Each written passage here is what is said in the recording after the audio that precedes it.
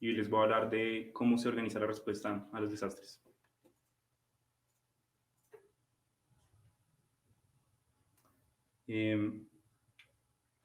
No sé si han visto las noticias o lo que ha pasado recientemente. Esta es una imagen de apenas hace una semana en la capital de Corea del Sur, en Seúl. En una noche de celebración de Halloween hubo una estampida y murieron aproximadamente 160 personas, más o menos la misma cantidad de heridos.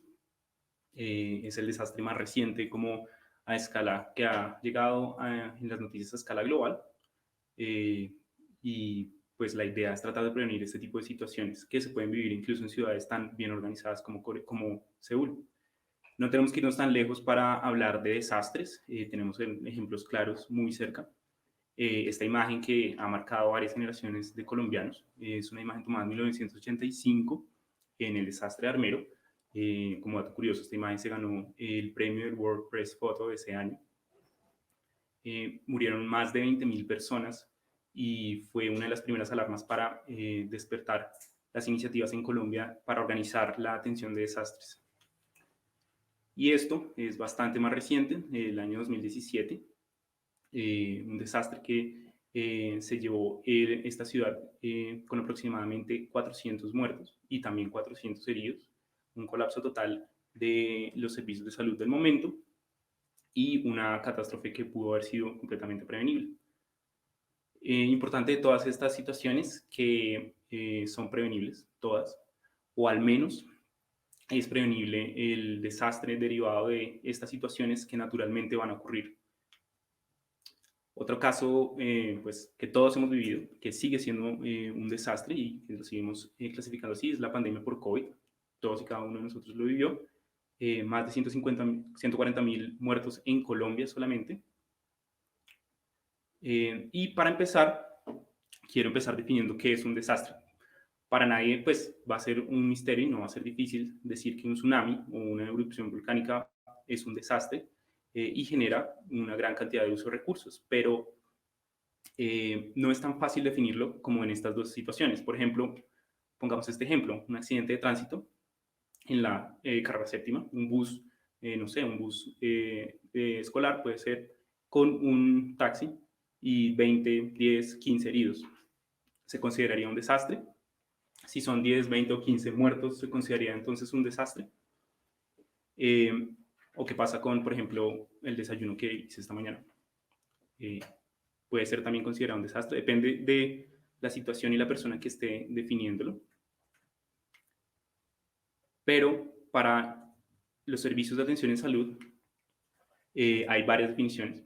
Decidí traer esta, que es la que más me parece que demuestra qué es lo que tenemos que atender y qué es lo que tenemos que hacer como servicios de emergencias, y es de la Oficina de Atención y Reducción de Desastres de las Naciones Unidas.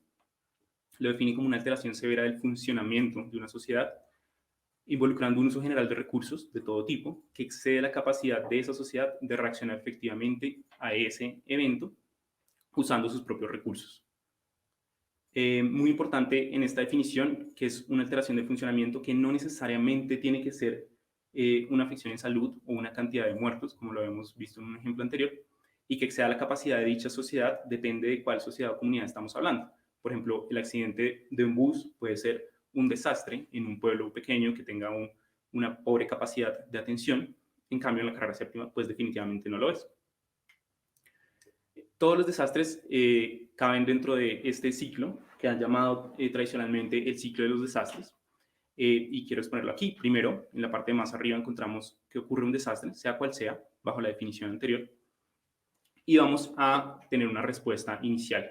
En esta respuesta inicial, pues es donde más vamos a ver la intervención de los servicios de salud, de los hospitales, de los emergenciólogos y de las personas que están entrenadas en atención de situaciones críticas. Después venimos a la fase de recuperación, que es cuando ya pasan unos días o meses, dependiendo del tamaño y de la duración del mismo desastre, en la que se empiezan a restablecer los servicios que comúnmente vivía esa sociedad. La etapa de mitigación o prevención es también llamada valoración de la vulnerabilidad de esa sociedad o de esa comunidad, y es algo que debería hacerse en general antes incluso de que se presente un desastre, es valorar qué tan vulnerable es una sociedad a un desastre específico y de partir de ese riesgo que tiene para ese desastre, hacer una preparación, un plan para prevenir que ocurra. Y independiente de todo lo que hagamos, en todo este ciclo vamos a tener otra vez desastres. Los desastres no son prevenibles completamente, pero sí son calculables y se pueden prevenir la mortalidad, la morbilidad y el daño a la sociedad en general, de todo tipo. En Colombia, el ente regulador de los desastres desde el 2012 es el Sistema Nacional de Gestión en Riesgos de Desastres. Desde el 2012 es una entidad diferente y separada de los ministerios donde antes estaba incluida y además tiene un presupuesto propio. Esto lo hace mucho más fuerte y le da capacidad de organizar mejor la respuesta a los desastres y la prevención a los desastres. La cabeza del Sistema Nacional de Gestión de Riesgo es igual al presidente de la República, pero por debajo del presidente y del Consejo Nacional para Gestión de Riesgo, que es un consejo que se denomina desde antes, pero que entra en uso en el momento en que hay un desastre a nivel nacional. Después de ellos, la siguiente escalafón es directamente el Sistema Nacional de Gestión de Riesgo. De ahí para abajo van a haber consejos departamentales encabezados por gobernadores y consejos municipales encabezados por alcaldes, que cada uno de estos debería tener estos tres componentes: comité de conocimiento, comité de reducción de riesgo y comité de manejo de desastres como tal. El Sistema Nacional de Gestión de Desastres tiene su presupuesto propio y financia investigación y también fomenta la creación de protocolos tanto departamentales como municipales de prevención de desastres. Entonces, hablemos primero de la primera parte. Después de que ocurre un desastre, voy a contarles más o menos cómo se organizan los sistemas y qué es lo que deberíamos tener en cuenta para organizar los sistemas alrededor de estas catástrofes. Primero, los sistemas de respuesta a desastres tradicionalmente se han enfocado en esta primera parte, que es el manejo de múltiples víctimas. Más adelante una compañera nos va a hablar del tema. Pero en esto es importante que desde antes, incluso de que ocurra el desastre y durante el desastre, tengamos un buen sistema o una organización muy clara de qué tipo de traje vamos a hacer, bajo qué tipo de situaciones. Y hay un término muy importante que toda la literatura nos comenta, es Surge Capacity, es qué tanto tienen las instituciones, podría ser, por ejemplo, hospitales, la capacidad de aumentar su capacidad de manejo, su número de habitaciones o de personal que está trabajando, y esto debería organizarlo cada institución individualmente. Otra cosa importante de este manejo de múltiples víctimas es la parte de búsqueda y rescate. En Colombia existe un programa nacional de búsqueda y rescate urbano. La idea de este programa, que también es relativamente reciente, es unificar los protocolos de atención de estos grupos de búsqueda y rescate, que son los que van a que van a asegurar que la escena es segura y que podemos traer a los pacientes. La idea no es que el personal hospitalario se desplace hacia el lugar de un desastre, sino que los pacientes sean traídos al sistema hospitalario, que ya está organizado para recibir a esos pacientes. Y esto necesita, evidentemente, una comunicación fluida y constante con el equipo de búsqueda y rescate. Pero además del tema de múltiples víctimas, es importante que organicemos desde antes otra cantidad de ítems que nos van a determinar que también respondemos a un desastre. Uno de estos muy importante es los problemas con redes de suministro y comunicación, que usualmente, y de hecho la mayoría de literatura recomienda, planéese para que no tenga un suministro por varios días, mínimo 72 horas, y que no va a tener comunicación, por ejemplo, con celulares o redes satelitales. Otra parte importante es planear la seguridad alimentaria, la seguridad de vivienda y de servicios que van a tener las personas afectadas por el desastre durante la atención crítica, y también a largo plazo la reconstrucción, por ejemplo, de sus casas o la reconstrucción de los servicios de acueductos si son dañados, por ejemplo. Otra parte muy importante y que se suele olvidar un poco es las enfermedades que se derivan después de un desastre. Por ejemplo, en una inundación hay que pensar en control epidemiológico de vectores o la posibilidad de transmisión de enfermedades diarreicas que pueden incluso causar más daño que el desastre inicial. Y otra parte muy importante, también bastante obviada regularmente en los planes de prevención, es la salud mental, tanto de las personas afectadas directamente por el desastre como del personal que los está atendiendo. Hay varias herramientas que se han generado que tienen muy buena evidencia para usar en este tipo de situaciones. Y, por ejemplo, las guías de la Organización Mundial de la Salud recomiendan que todas las personas que van a estar involucradas en la atención de desastres hagan algún tipo de entrenamiento en primeros auxilios psicológicos. Por ejemplo, aquí les traigo uno muy sencillo, muy fácil, gratuito. En la plataforma Coursera hay cursos de primeros auxilios psicológicos o emocionales que están dados por la Universidad Johns Hopkins y por la Universidad Autónoma de Barcelona. Son muy buenos. Ahora, ¿quién va a estar a cargo? ¿Quién va a atender? ¿Quién va a tener el mando de esta situación? ¿Cómo hacemos para organizar todas estas cosas que hay que tener en cuenta al mismo tiempo y que fluyan en el momento del desastre, que es el momento crítico y que todo el mundo está corriendo en círculos? Generalmente vamos a usar los sistemas de comando de incidentes. Estos se crearon más o menos en los 70s en Estados Unidos, con la idea de organizar más eficientemente los sistemas de respuesta a emergencias. Y son sistemas que son bastante flexibles. Esta es su conformación más general.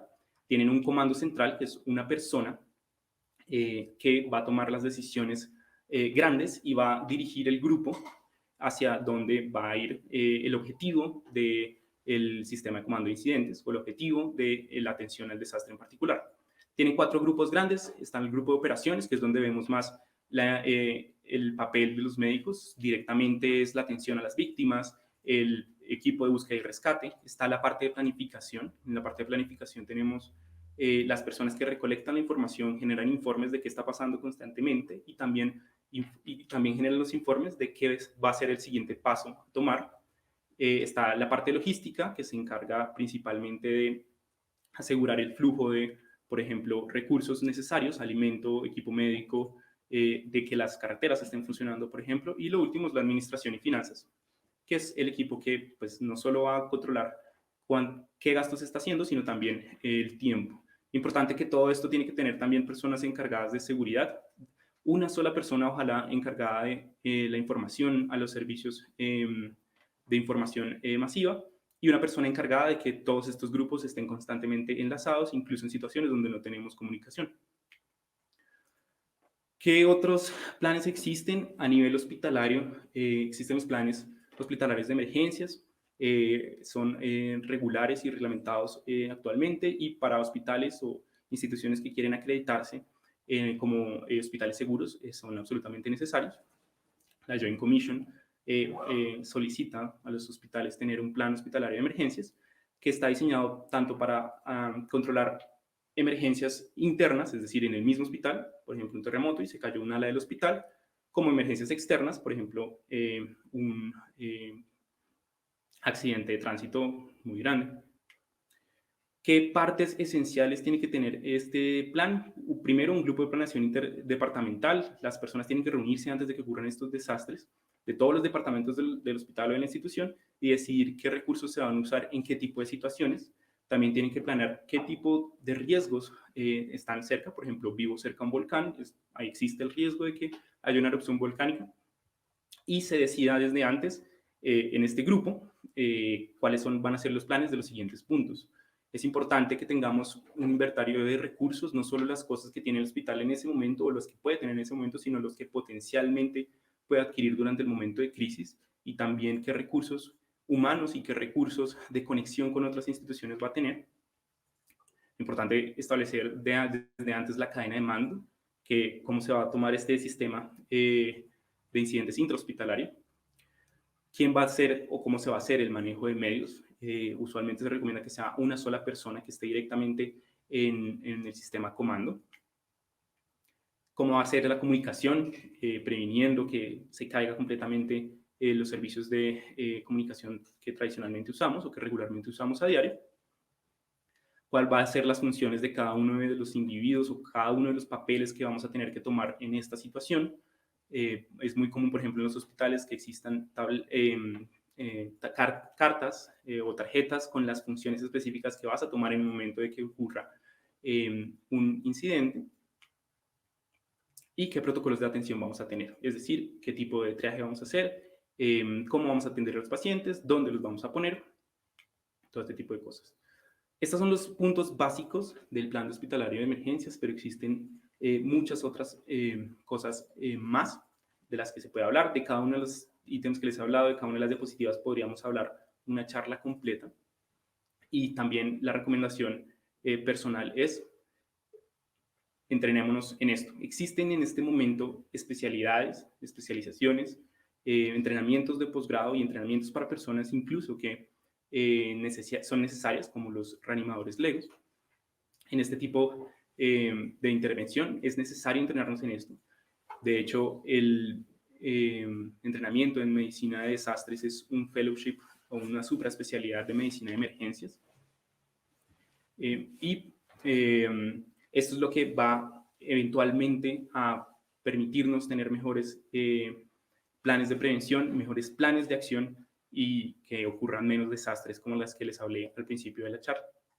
Estas son mis conclusiones. Primero, pues el desayuno esta mañana no fue un desastre, es decir, en mi casa tengo más pan, o sea, tengo los recursos para hacer de nuevo una tostada.